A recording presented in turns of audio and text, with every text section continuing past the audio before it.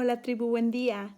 Estoy aquí de vuelta para leerles la segunda parte de Cuentos extraños para niños peculiares y estábamos leyendo, en esta ocasión va a ser la segunda parte de Los caníbales generosos. Dice: al final los aldeanos hicieron un trato con los caníbales. Los diestros venderían el brazo izquierdo y los zurdos el derecho, y volverían a venderlos cuando los hubieran crecido de nuevo.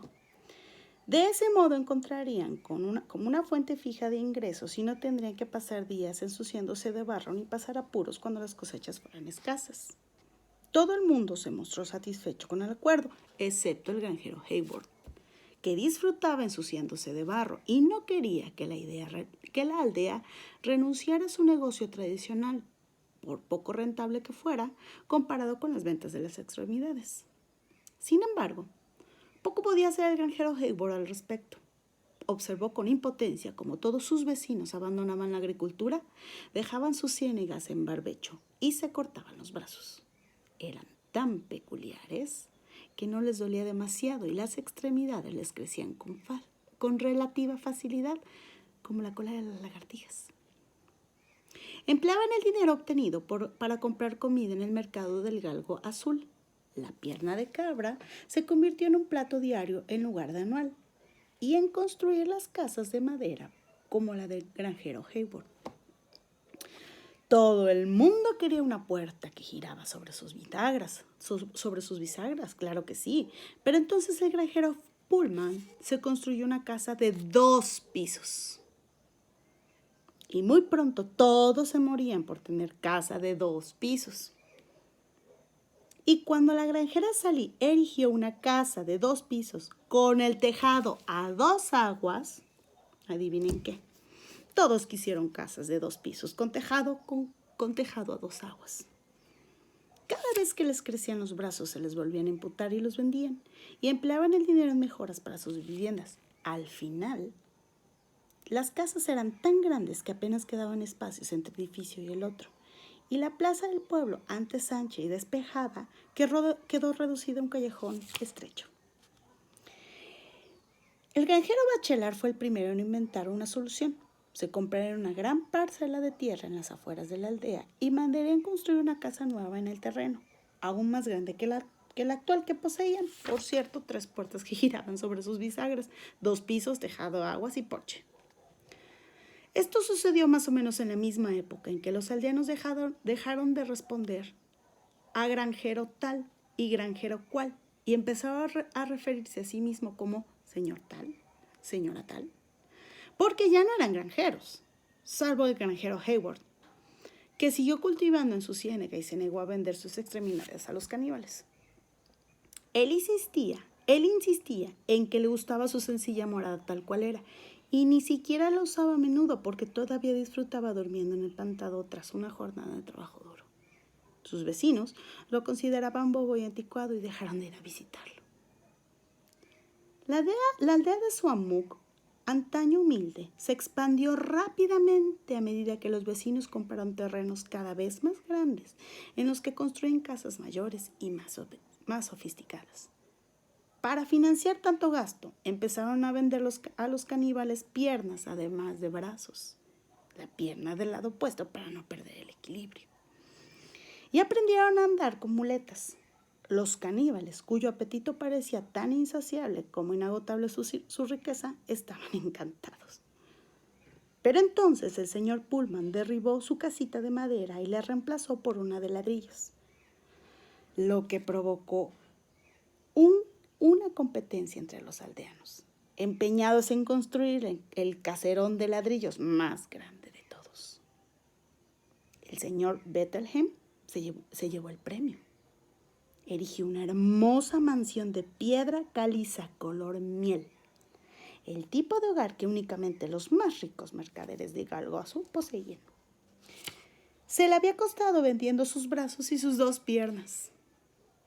Se ha pasado de la raya, observó la señora Sally, mientras daba cuenta de un emparedado de pierna de cabra en el nuevo y elegante restaurante del pueblo. Sus amigas le dieron la razón. ¿Cómo piensa disfrutar de su casa de 3 pisos?, observó la señora Hannamaker, si ni siquiera puede subir las escaleras. En aquel preciso instante entró el señor Bettelheim en el restaurante, en brazos de un tipo fortachón procediente de una aldea de los alrededores. He contratado un hombre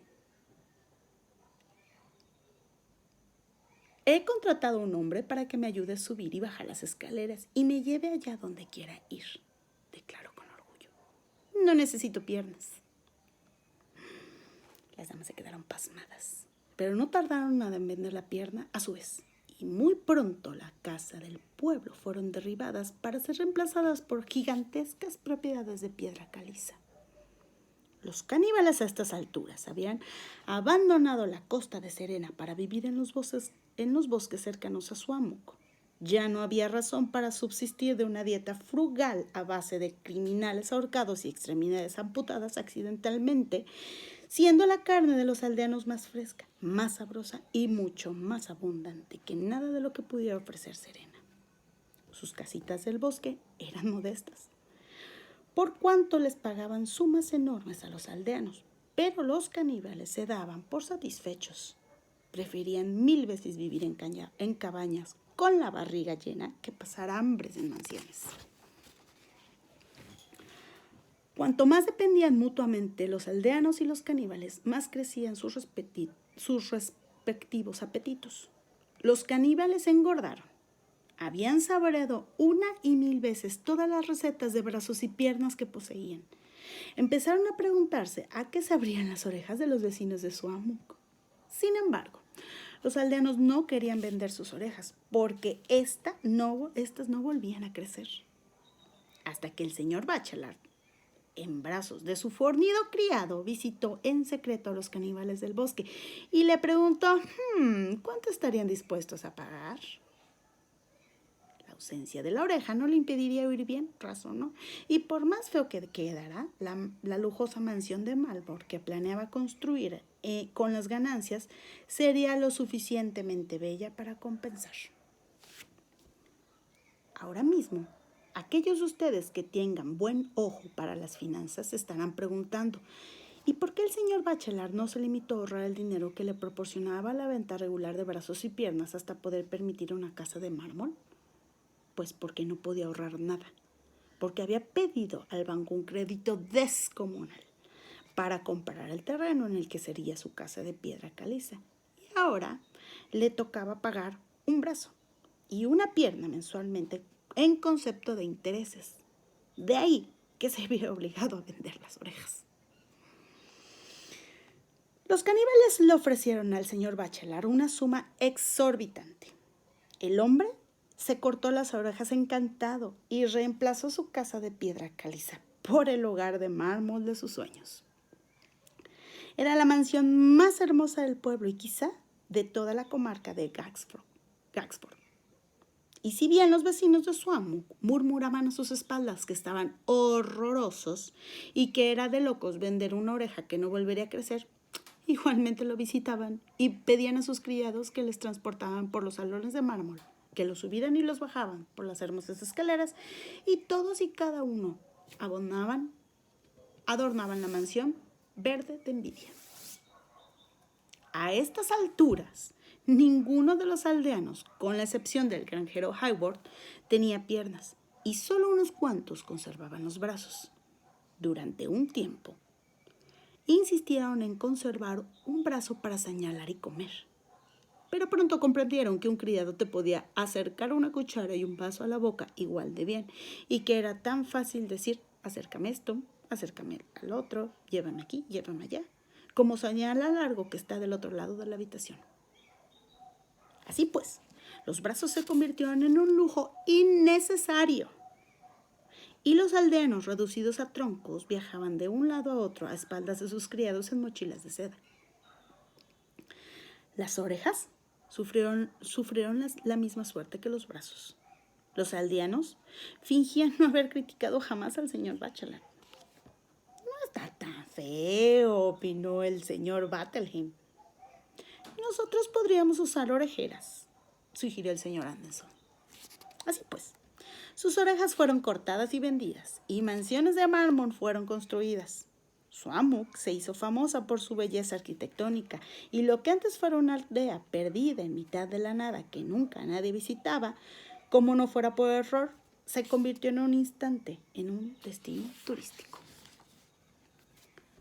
Construyeron un hotel y varios restaurantes más. Los menús ni siquiera incluían ya el emparedado de pierna de cabra. Los vecinos de Suamuk fingían no saber siquiera qué clase de emparedado era ese. De vez en cuando los turistas se paraban a curiosear en la modesta cabaña del granjero Hayward. Con sus paredes de madera y su tejado plano, extrañados del contraste que ofrecía aquel hogar tan humilde como los palacios de alrededor. Él explicaba que prefería la vida sencilla del campo, dedicado a sus hierbas, con los 4 miembros intactos, y le mostraba su parcela de pantano. No quedaban más ciénegas en Suamuk que la suya, porque rellenaron la tierra de todas las demás para seguir construyendo casas. Las miradas del país entero estaban puestas en Suamuk, y las hermosas mansiones de mármol a los propietarios. Las miradas del país entero estaban puestas en Suamuk y sus hermosas mansiones de mármol. A los propietarios de estas les encantaba ser el centro de atención, pero estaban desesperados por destacar de algún modo. Porque las casas del pueblo eran prácticamente idénticas. Todas y cada una deseaban saltar a la fama como el propietario del palacio más bello de Suamuk, pero empleaban sus brazos y piernas en pagar los intereses de sus comunales hipotecas y ya habían vendido las orejas. Empezaron a abordar a los caníbales con nuevas ideas. ¿Me consideraría un préstamo con mi nariz como aval?, preguntó la señora Sally. No, respondieron los caníbales, pero te compraríamos la nariz encantados. Pero si me cortó la nariz tendré un aspecto monstruoso, dijo ella. Te podrías tapar la cara con un pañuelo, propusieron. La señora Sally se ruso y desde la mochila de seda le ordenó a su criado que se la llevara a casa. A continuación acudió el señor Bettelheim. ¿Les interesaría comprar a mi sobrino?, susurró mientras su criado proponía un empujón a un chico de 8 años para que los caníbales lo vieran bien. Pues claro que no, replicaron estos, y le obsequiaron al niño aterrorizado una golosina antes de enviarlo a su casa. La señora Sally regresó en unos cuantos días. Está bien, aceptó con un suspiro. Le vendo mi nariz. La había reemplazado por una postiza fabricada de oro, y con el dinero obtenido construyó una enorme cúpula dorada sobre un palacio de mármol. Seguro que ya has adivinado lo que sucedió a continuación. El pueblo entero vendió la nariz y mandó construir cúpulas doradas, terreones, torres y demás cosas en sus mansiones. Luego vendieron los ojos, solo uno por cabeza, y emplearon las ganancias en construir fosos alrededor de sus casas, que llenaron de vino y de peces tan exóticos como borrachos. Alegaron que la visión binocular era un lujo en cualquier caso, necesaria para lanzar o trepar cosas, algo que, careciendo de brazos, pues ya no podían hacer. Y un solo ojo les bastaba para apreciar la belleza de sus hogares. Ahora bien, puede que los caníbales fueran civilizados y respeten la ley, pero tampoco eran unos santos. Vivían en chozas del bosque y cocinaban en fogones de campamento, mientras que los aldeanos habitaban mansiones y palacios atendidos por criados. Así que los caníbales se mudaron a las casas de los aldeanos. Había tantas habitaciones en los inmensos palacios que los vecinos de Suamuk tardaron un tiempo en darse cuenta, pero cuando por fin se percataron, se enfadaron.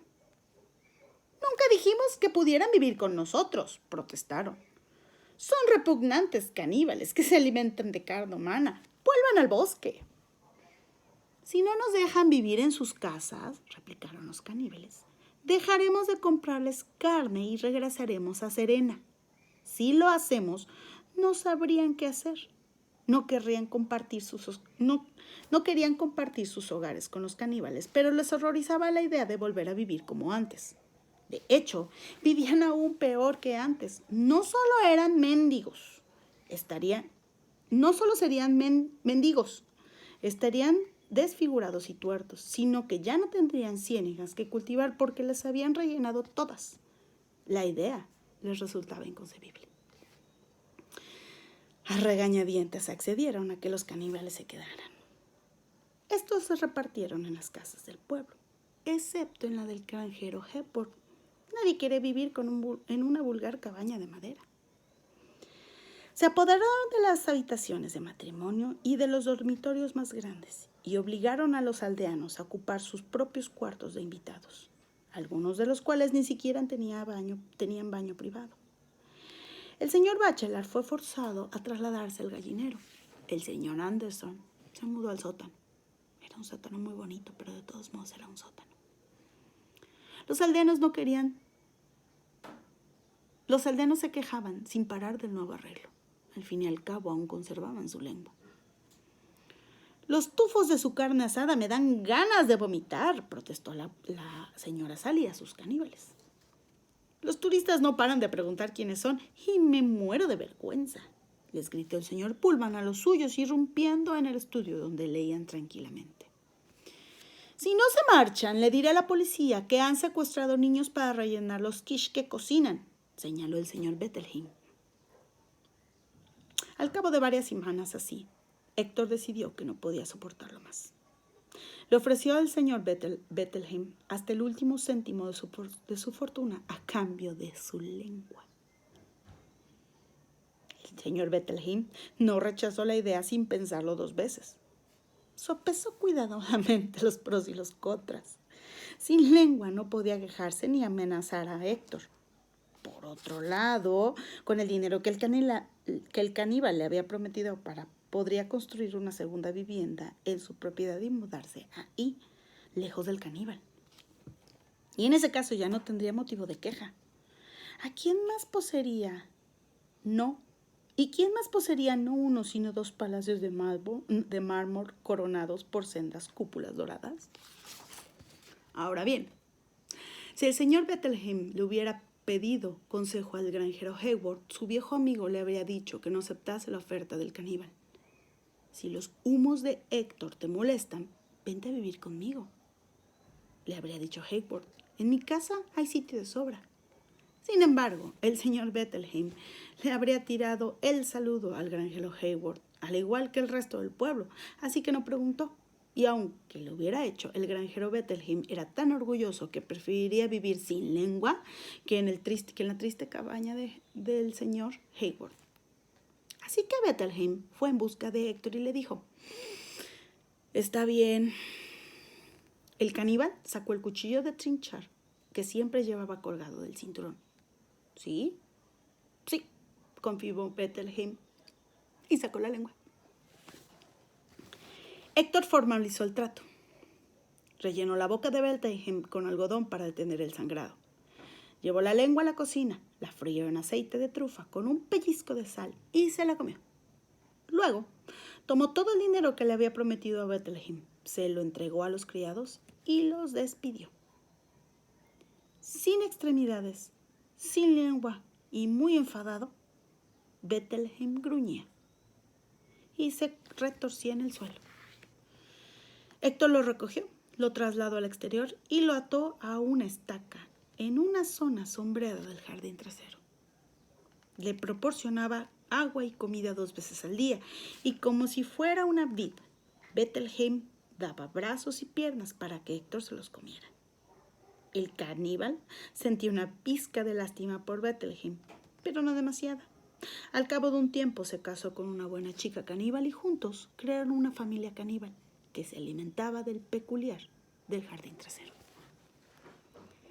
Ese fue el destino de los vecinos de Swampmoor, de todos menos del granjero Hayward, que conservó sus extremidades, vivió en su casita y cultivó hierbas, como llevaba haciendo toda la vida.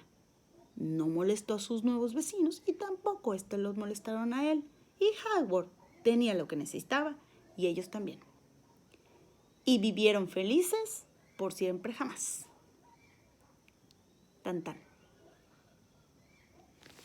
¿Les gustó? Dejen sus comentarios. Bye. Hasta la próxima.